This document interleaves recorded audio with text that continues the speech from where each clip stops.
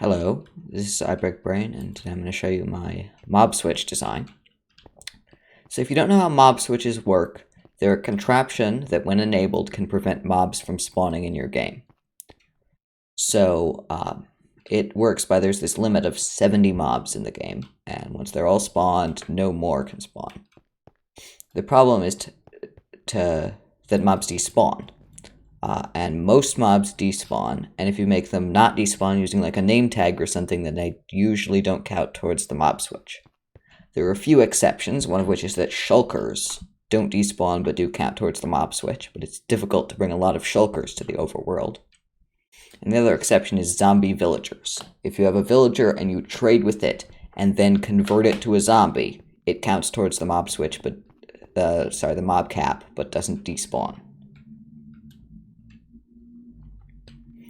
So my design here, villagers will be input in here, then the villager automatically is detected, this minecart comes through and it sits there where it picks up a profession and you can trade with it once. Then you press this button and it goes through and gets deposited in here.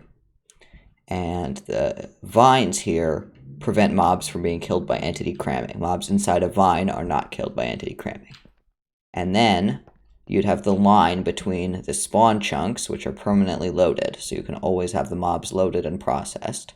This will be outside of your spawn chunks, and this will be inside, or vice versa, it doesn't really matter. But you can press this button and move them inside or outside to enable or disable it. So,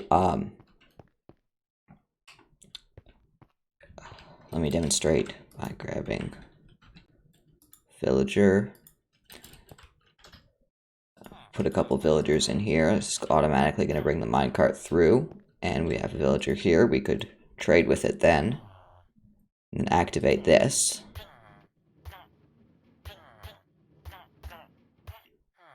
And then another villager comes through, and sometimes it takes a second. We can trade with him again. The reason there need to be two is that the workstation will be claimed by the one villager that's currently converting. So the other villager needs to take the other workstation. We have another one. This is the last villager. So the reason that I have this complex thing with the detector is because sometimes when you run out of villagers, you'll end up with just an empty minecart here, and then you have to run it through again next time you see a villager. It's kind of annoying. And another upside is if you have this method, you can use some form of detection. The best way to do it would probably be using string like this to, so every time you get a trigger here, that would mean you've got one more villager put into your system.